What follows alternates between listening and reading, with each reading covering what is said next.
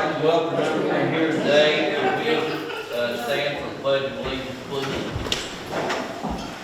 Pledge of allegiance To the flag of the United States of America and to the republic for which it stands, one nation, under God, indivisible, with liberty and justice for all. We call for allegiance in prayer, please. Dear gracious Heavenly Father, we just ask that you're with all of us tonight. We ask that, Lord, you please be with each and every person that's been affected by this high water. You help them, Lord. And Lord, just please be with all of us tonight as we make the decisions for our community. We say this in your name, Lord. Amen. Amen.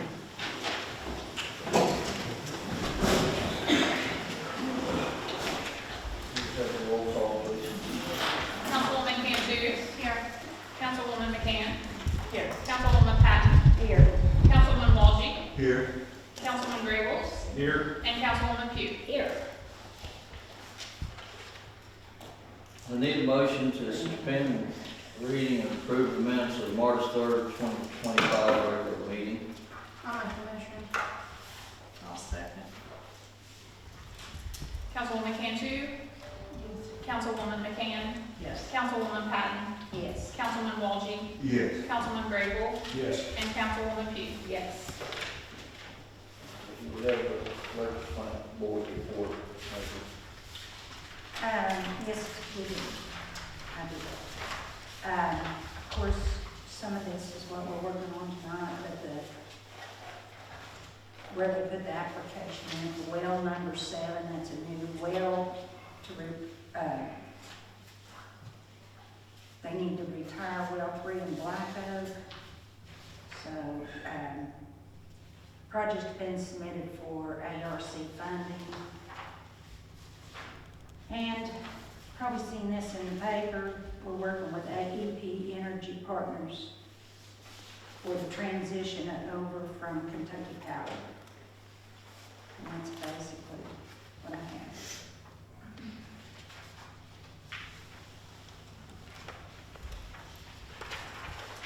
Any comment, any questions?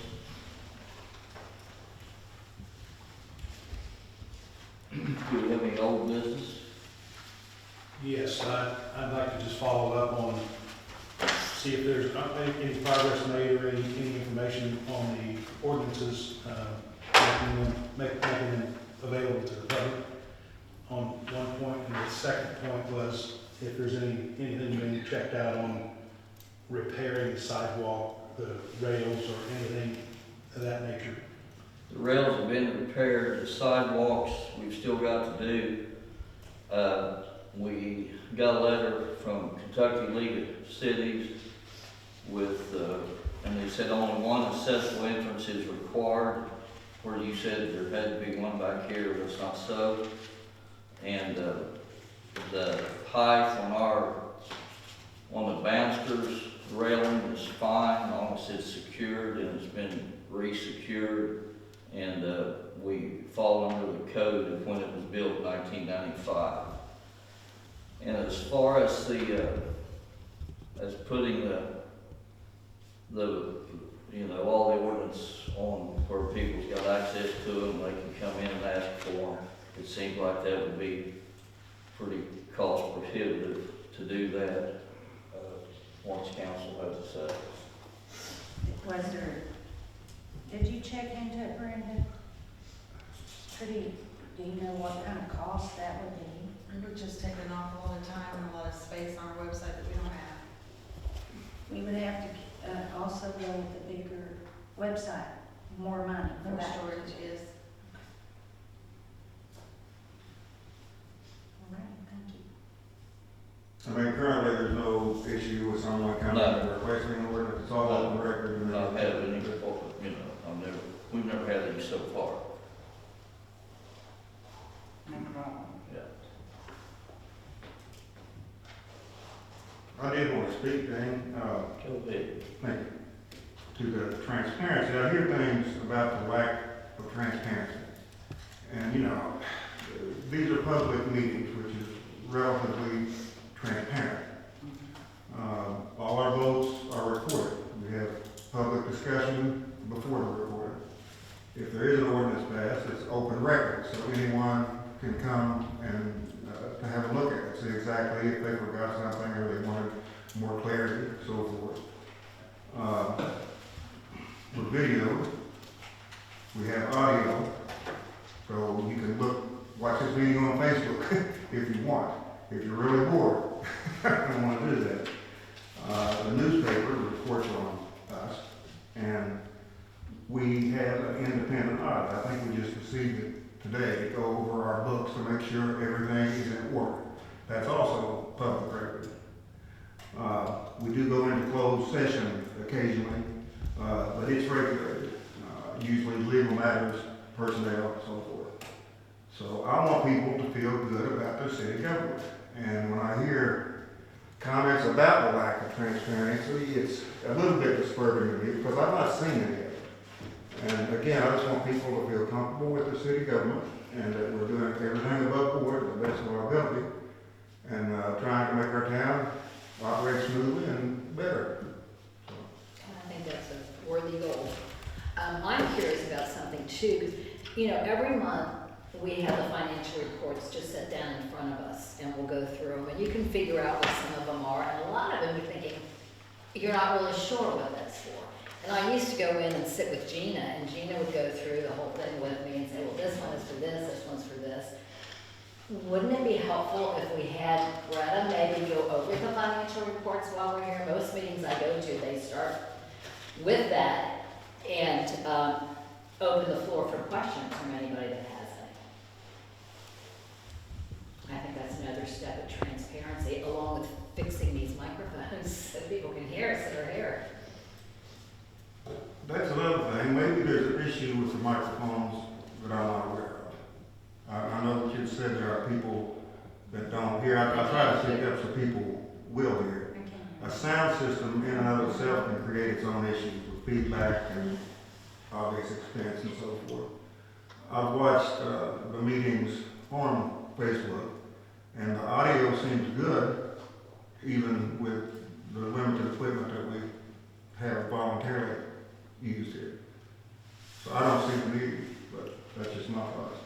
One of the issues that I have with the recordings though is that somebody else is in charge of the recordings and we have no control over any of that. We don't have any say in what, you know, what's done or how it's done or where it's published. I have no issue personally with changing that. I mean, if the city wanted to have someone else do the recording. That's what I'm talking about, is as far as a responsibility issue. If somebody doesn't show up, then it's not recorded. If, you know, if the city makes a specific effort to have it recorded and then put out, we don't have to rely on somebody from the general public to record it and put it out.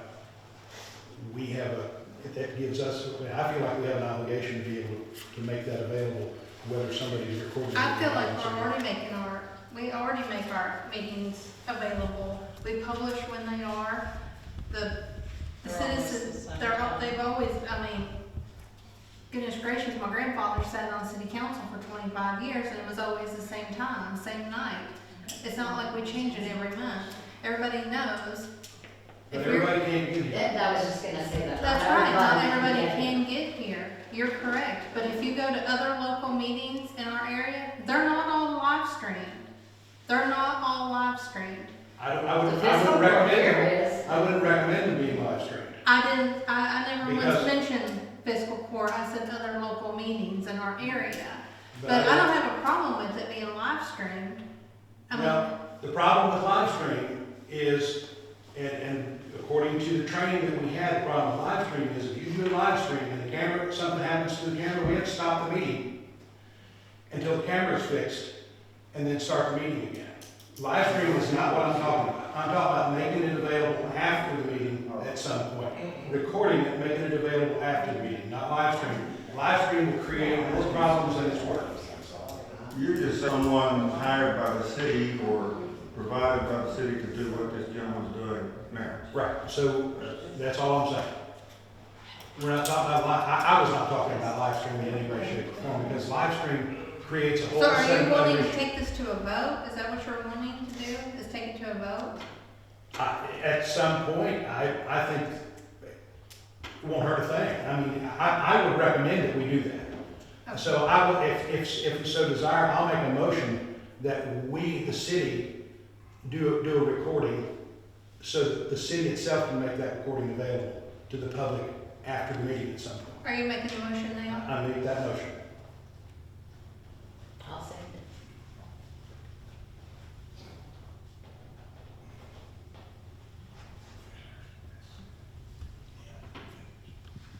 Okay, I've got that John made a motion to do a recording. So the city itself will make it available to the public? Or, He's wanting the city. is that right, recording? You want the city to make the recording, correct? Yeah, I would like for the city to take, to do the recording so that we can be responsible for where it's put out and when it's put out and all of that stuff. Now, the public can still do what they want, but if somebody's not here recording from the public, the city itself would still be able to make that available to the public. We don't seem to have a problem with being here, Chamber of Commerce records it, so, but, go ahead. Do we have a second? Yeah. John needs seconded it. Okay, so now I'll do it. Councilwoman Cantu, No. Councilwoman McCann, No. Councilwoman Patton, No. Councilman Mulgy, Yes. and Councilman Grable, Yes. and Councilwoman Pugh. Yes. So it's a tie. No.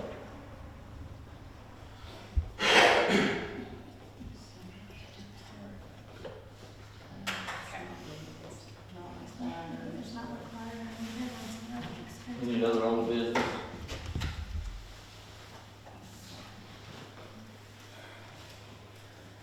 In new business, we have Kevin Cornett. He is the new executive director of Buffalo Trace Area Development. He's new, but he's not new. He had worked for him previously and had been going a few years and came back when Amy Kennedy retired.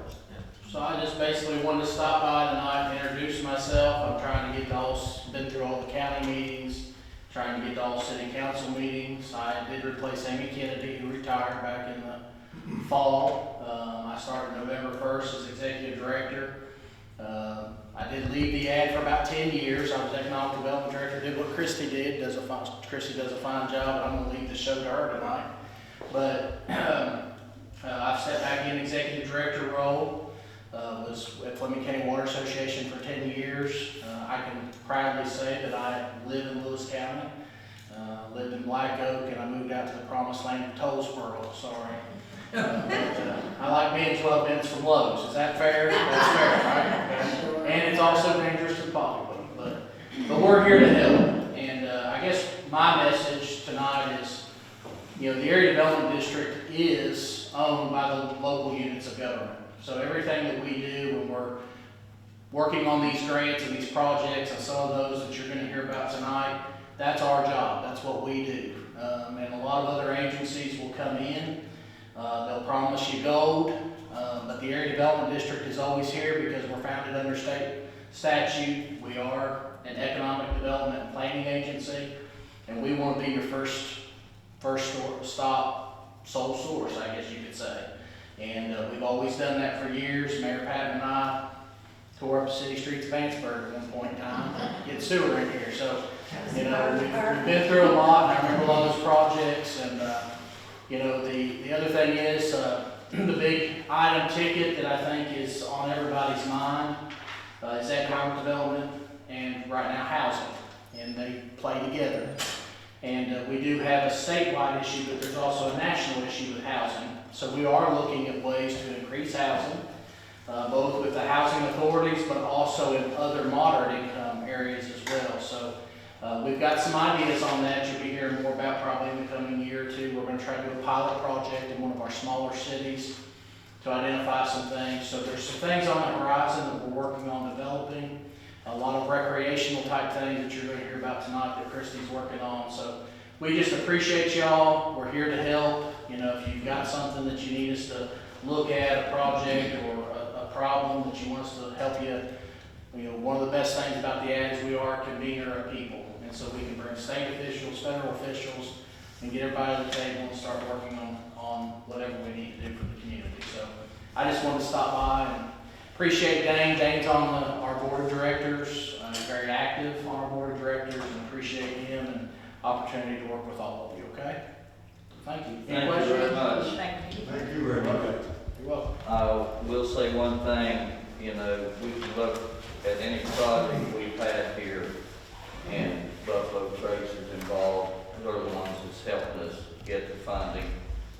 They oversee the funding, you know, and it's, if it wasn't for them, it wouldn't get done. And there's nothing you can look at in Vanceburg that's been, from whether, doesn't matter whether it's been the depot, the parks, you know, they help us. They call us and tell us when grants are available, that, but they're such big help. And again, thank you, Kevin.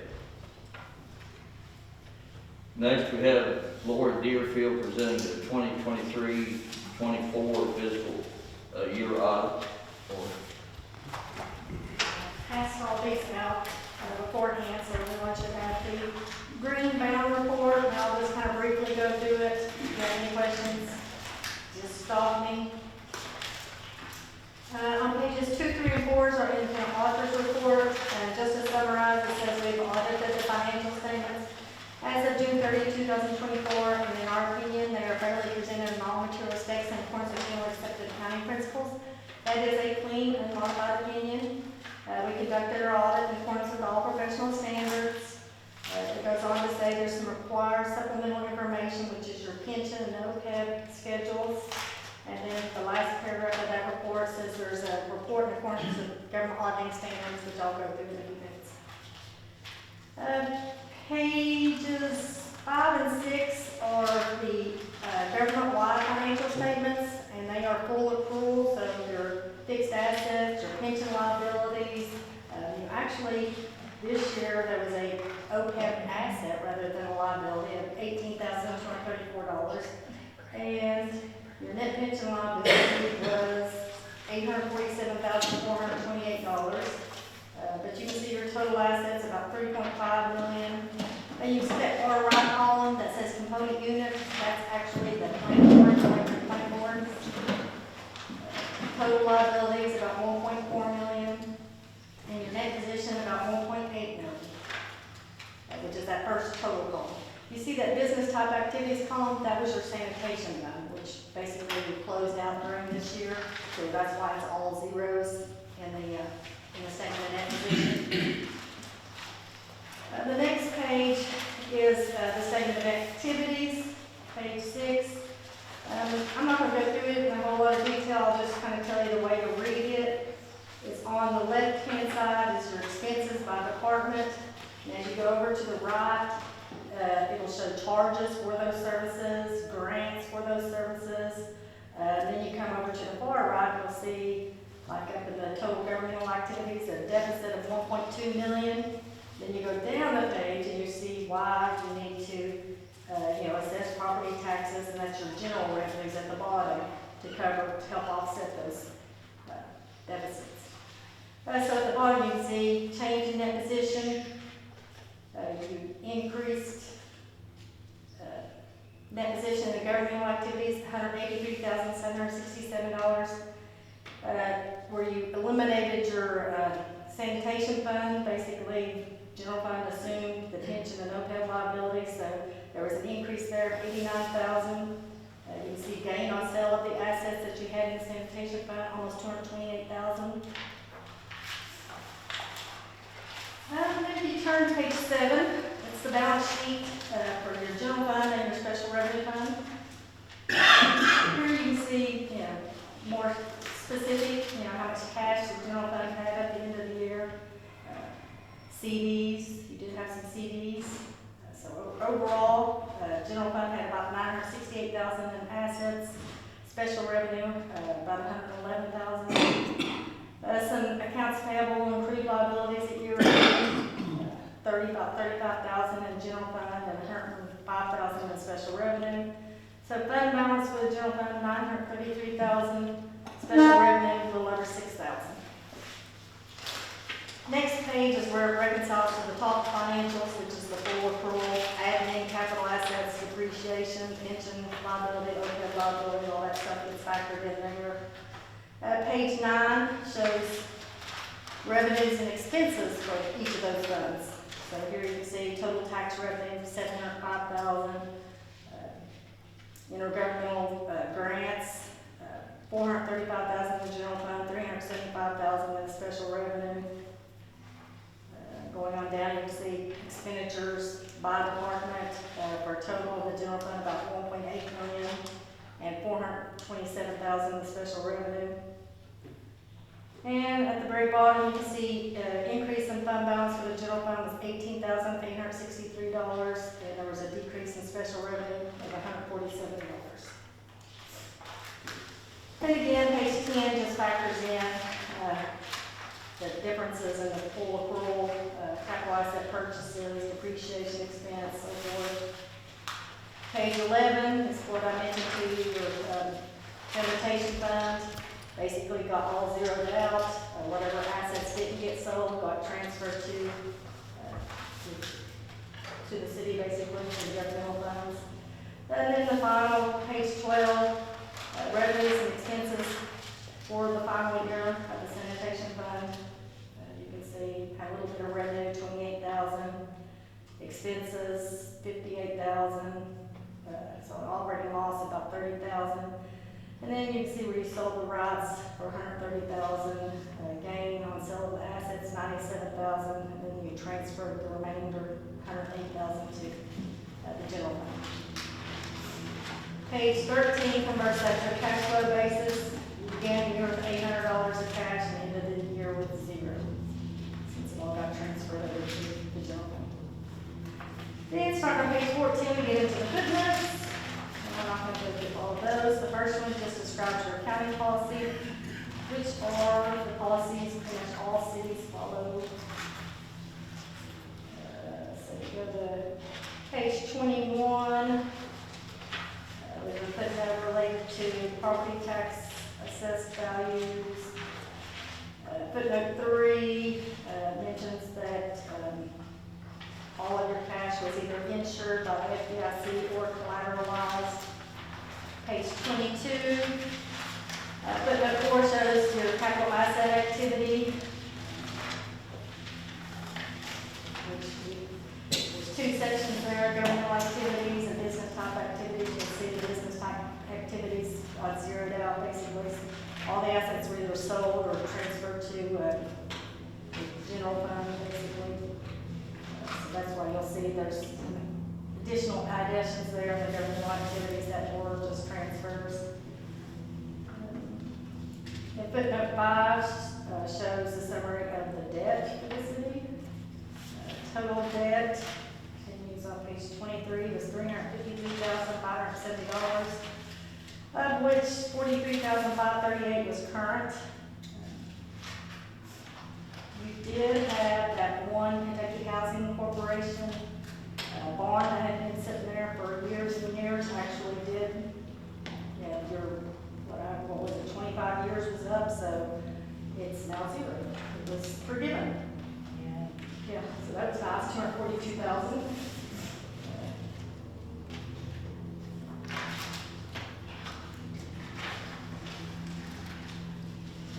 But that 6 kind of shows the transfer activity with the sanitation fund. Then footnote 7 gets into the pension disclosures, and I'm not going to go through those. Footnote 8 is the OPEB disclosures, I'm not going to go through those. As I mentioned, OPEB did actually have an asset at the end of the year. We'll see how that turns out for this upcoming year. Footnote 9 shows you did have some grants receivable, $9,284. Then if you turn to page 32, this is the budget actual for the general fund. So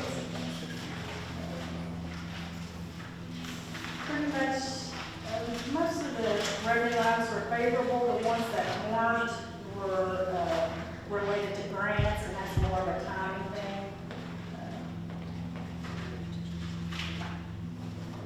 Then,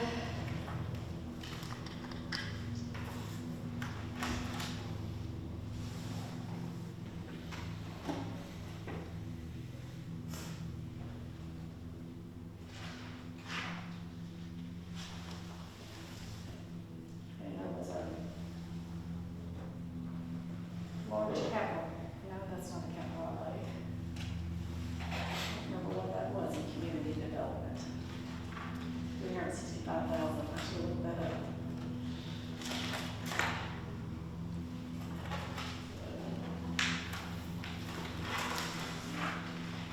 Can't remember if that was a was that a pass-through grant? I can't remember now.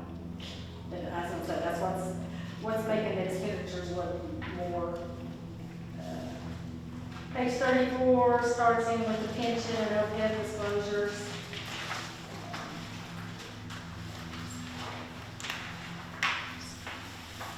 And then 38, the notes to those disclosures.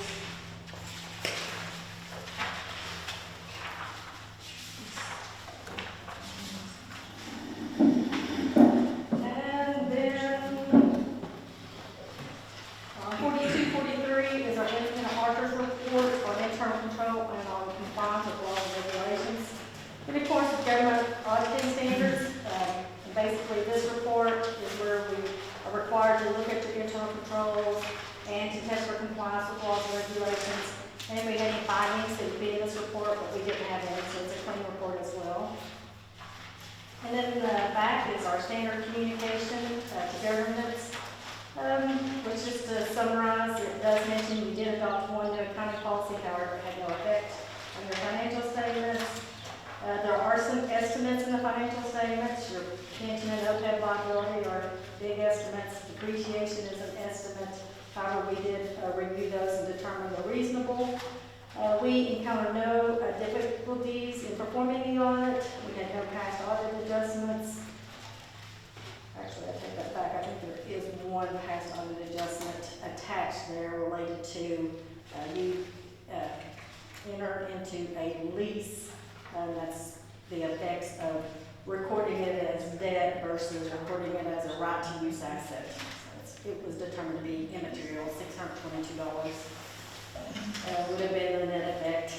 We had no disagreements with management, no outside consultations, and basically no other issues that we felt like we needed to bring to your attention at this time.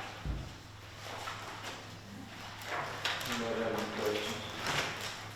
So, we have good clean audit. Good clean audit. Okay. Had a lot going on this year too with that sanitation plan. I know. You have to close down. That was a little bit of a, Just to state the obvious, I guess, this is an independent audit. Yes. And it accounts for all revenue and expenditures, basically, and summarizes, it's not detailed. Yes, Yeah, a lot of and detail. a lot of detail. So A lot of I just detail. want to go back to the transparency thing, and we're running a good thing going here. I want everybody in Vanceburg to feel good about that. So, thank you very much, Ms. Deerfield. Thank you. Thank you. Extra report. You have a lot of citizens or somebody that wants a copy. Okay, thank you. Thank you. Next, we have the approval of grant agreement to be signed on the electric plant board well project. Is that anything? Yeah, Christy Dodge with Buffalo Trucks, thank you. you're welcome. Yeah, that is the grant agreement, which is the match against the ARC application for the electric plant board well project that was just talked about previously. So it was awarded by the state of Kentucky through that program. So this is the approval for the mayor to be able to sign and execute the documents pertaining to that. for which project? The electric plant board, for the well construction project, yeah. Sorry, I tend to talk a little fast No, you're- sometimes. You want that motion made now? I believe is it a resolution or is it just, oh yeah, just a motion and approval, yes. I'll make that motion. I'll second it. Councilwoman Cantu? Yes. Councilwoman McCann? Yes. Councilwoman Patton? Yes. Councilman Walgie? Yes. Councilman Grable? Yes. And Councilwoman Pugh? Yes. I'm supposed to stay right there. And the approval of the city match requirement. This is on the grant funds, I believe, is that correct? That land conservation, right? Is that right? Because I did that before on the Land, water. resolutions. Yeah. Yeah, Yeah. the land water Is it- conservation. Yeah, is there a way that we can put that one after the resolutions? It might make more sense, if that's okay? That's fine. Okay. So we'll go to E. Yes. It's resolution number 25.02, Land and Water Conservation Fund. Yeah, this is a resolution to apply for land and water conservation funds through the state. It is administered through the Department for Local Government and originates from the National Park Service. It is a grant that would help with the city with some riverfront improvements. We had, or I had come to present, I think maybe at the December meeting, I don't know, when it was, somewhere around that time period, yeah. Talking about the city had interest in doing some riverfront improvements at Veterans Park and Scotts Park. And so we're still working with the city to obtain some quotes on some things that may help with some riverfront improvements. This is basically a pot of funding that would be available to request funding from. Minimum request is $25,000. You can request up to $250,000. I don't anticipate it being that much. It is a 50-50 match that would require the city to provide 50%. However, the next resolution to follow, or one of the next resolutions to follow, is to apply to the grant program of the state of Kentucky, which is through the Cabinet for Economic Development, that can actually provide that match. It's the same premise of what you just approved for the electric plant board with the well construction. So even though the LWCF, which is the Land and Water Conservation Fund, does require 50% matching funds, you can apply for a grant, and we have a resolution on the agenda for that as well. Do those resolutions, Steve, need to be individually done? You can do them all at the same time if you want. That's up to council, whoever wants to make a motion. I'll make a motion. I'll second. Is that to approve all three of them? Yeah, we've got to go. To approve all three. Yeah, ready? I'm sorry. Sorry. Just to clarify, two of them pertain to applying to the Land and Water Conservation Fund. The other is a match against an ARC, which is for the same project for the riverfront improvements.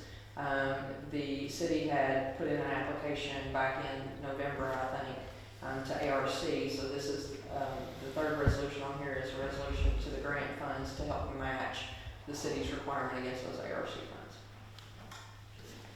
I'll make a motion that we go ahead and approve D through G. Stephen, don't we have a motion already on the floor? Nicole, and then I have one second, right? I thought you did. Yeah. Yeah, that's what I got. Right, Nicole? Right, John? Yes. You second, okay. And that's to all three, right? Nicole? Yeah, that'd be the approval for the city match requirement and for the three resolutions. We're not doing that one yet, are we? Approval for the city match, or yes? That's I thought that was That's part of it, yeah. It's part of it, so It's all together. well, you can, I guess, if the attorney is okay with that, so. D through G? Okay, Yes, yeah. D through G. Okay. D through G. Okay. All right. Councilwoman Cantu? Yes. Councilwoman McCain? Yes. Councilwoman Patton? Yes. Councilman Walgie? Yes. Councilman Grable? Yes. And Councilwoman Pugh? Yes.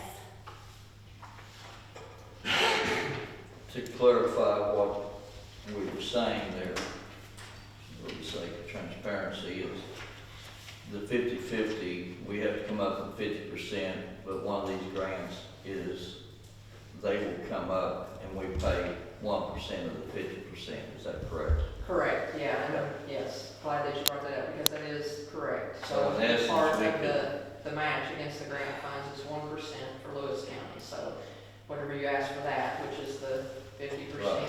you would be responsible for 1% of that, so. So essentially, we could get just a ballpark, if we got $200,000, we would only, the city itself would only have to come up with $2,000.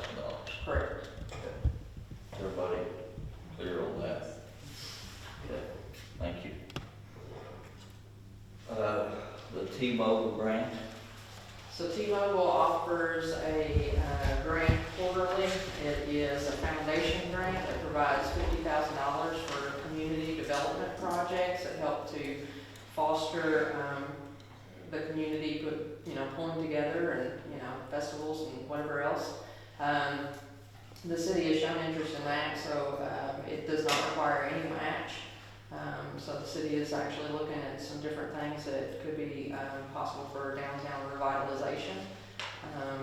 This grant, or this motion would be to approve the mayor, or approve the city actually, to apply for the T-Mobile grant. It's due June 30th this year. I'll make a motion to give the mayor approval to apply for the T-Mobile.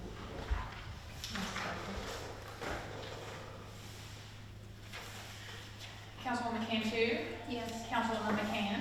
Yes. Councilwoman Patton? Yes. Councilman Walgie? Yes. Councilman Grable? Yes. And Councilwoman Pugh? Yes. that looks like you may be seated. Okay. Thank you. Thank you very much. Very much. She's a big help, and like I said, we're sort of in infancy here, we're trying to get the riverfront done, and some downtown stuff, so. Dave, do you want to elaborate at all on what the project's going to entail? You think it's a little premature? I mean, I know that you put a lot of work into it. I sure don't care to elaborate. That's all right, isn't it, Christie? I mean, for us to go ahead. We're looking at, Scott Park, some canoe and kayak, landing there with boat docks, and we're trying to get it to where it'll be ADA compliant with that. That's an extra cost, but if we're gonna ask for it, now's the time. And we're also looking at the Veterans Park, for boat docks there. The Scott Park, we can only, it's real shallow there. Canoes and kayaks, about all that can come in there, maybe jet ski if you're real careful. The boats we've got, the depth is plenty good at the Veterans Park, and that's the place that, we'd like to have the bigger boats in. And I say this, I got 9 landowners to agree to clean up their part of the riverfront. So from Scott Park to the Veterans Park is all cleaned up. It's being mowed and taken care of, not by city money, by a private person that uses their own gas or own mower. And after we done that, I was in Tennessee, and I got a thing from Richard, and he sent me a picture of 6 huge boats docked there, and they said, we didn't even know what existed here. And they went to the Veterans Park that Sunday. There was a Christian concert of some sorts, and I guess then they went to the establishment next door and had communion or whatever. But anyway, it brought 6 families of people in here that, said they voted all the time and never had it. And we're working also with the Corps of Engineers to get possession of the boat docks. And I'd like to thank Kevin and Christie, because this week we had Buffalo Trace, we had the Corps of Engineers, we had the Division of Water, to have them all of us at the table at the same time was a huge plus. And if we can get possession of that, ownership of that, there's a lot of things we can do down there that will help the city. And there's some things that is in the works, but it's not like private, it's government. It takes time. but we had the right people at the table and everybody working together. And again, that, I'd like to say thanks to Buffalo Trace and Kevin and Christie for that. Thank you all. Is there any questions? I think it's gonna be a really good thing. The waterfront development is one of the things we've really got going for us downtown. I think it could help pull people in. And just real quickly, the city did recently make a purchase on a lot, a 2-acre lot on Howard Avenue, right across from the public housing out there. So one of our hopes is in the near future, develop that into a park where those kids will have a little room to play. Right now, their playground is no more than this area here, very little more. They'll have enough room to throw a baseball, play basketball, and they will be signing the paperwork on that tomorrow morning. So that's on the south end of town. It's not only the riverfront development, but we do have a little activity out there as well. Right. Yeah, that out through there. And I'd also like to say, we never, being on the river, I have a family that calls and, want to know if you floated away, and some of them probably wished you had. But, and I told her, I said, we've not had any rescues here in the city. Have we had any rescues in the county, Richard? Not that I'm aware of. That's, so we've been very, very fortunate with what's happened in the last week or so. But again, thanks to the fire department for that. But anyway, that's, we're pretty fortunate when it comes. I tell everybody we live on the river, but we don't have we don't flood and we don't have a flood wall. So that makes it a pretty neat combination. And, everybody comes in here and goes on about our town, and our downtown needs a little revitalization, and maybe that's something that will get started soon. That's all I have to say on that, and again, thank you all.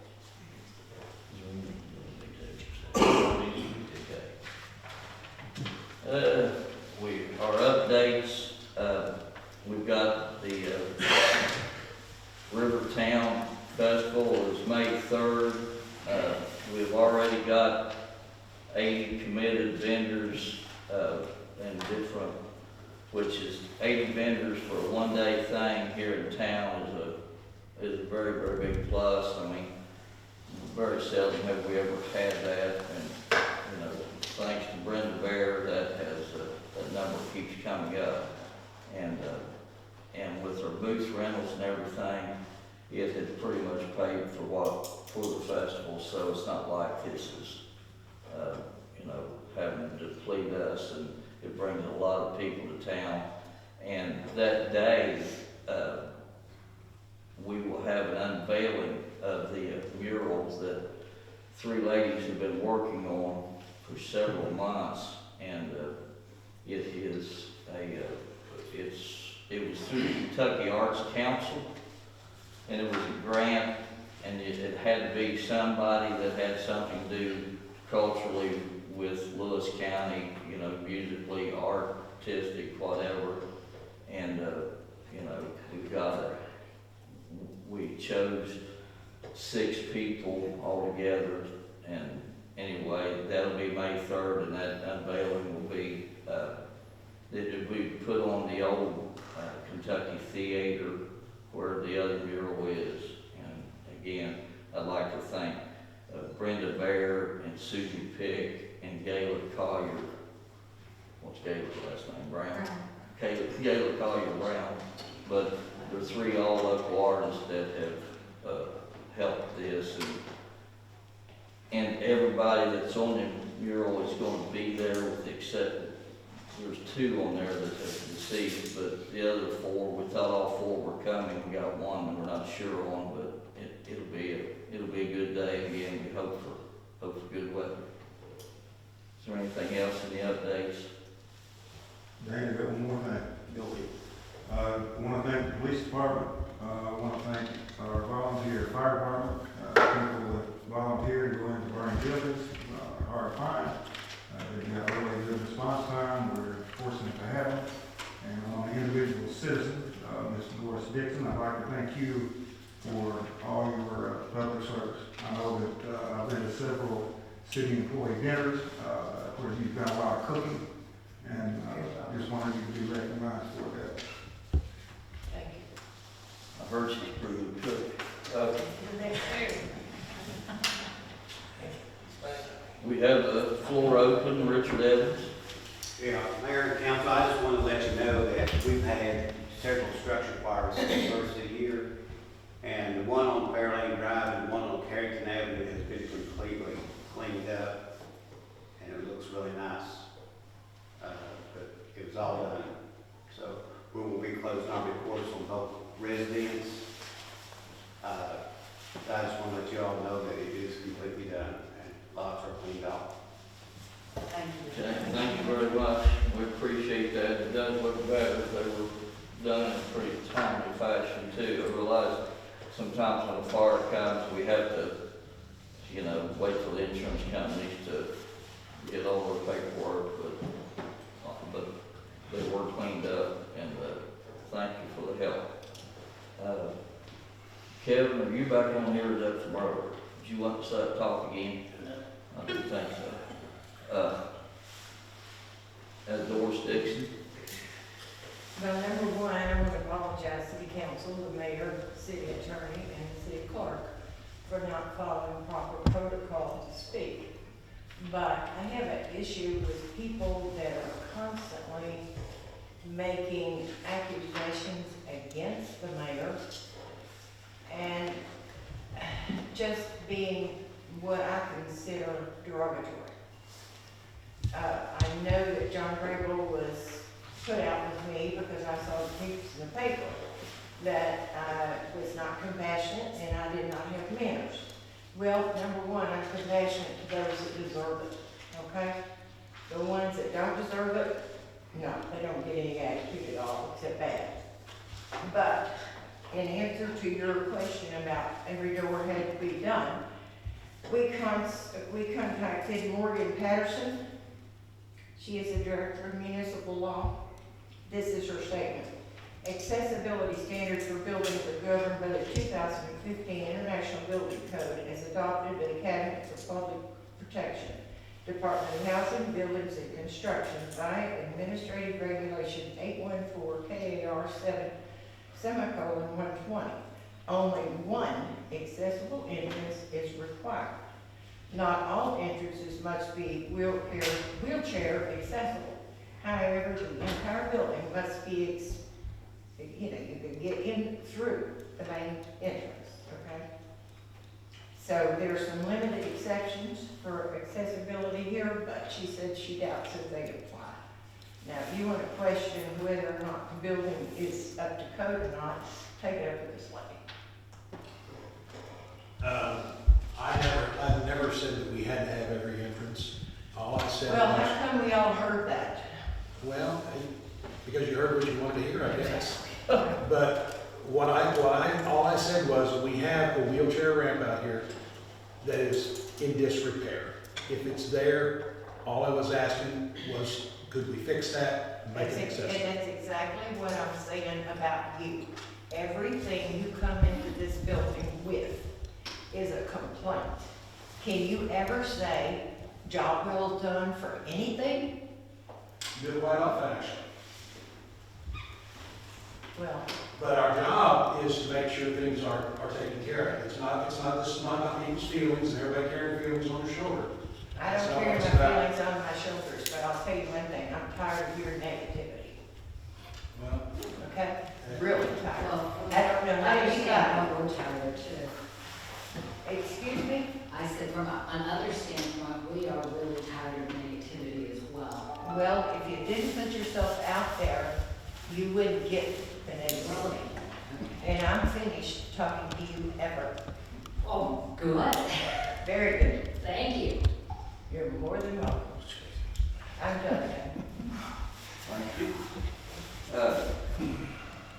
Anything else? We have a motion to adjourn. I have a motion to adjourn.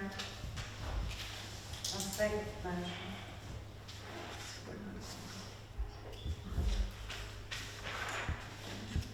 So much.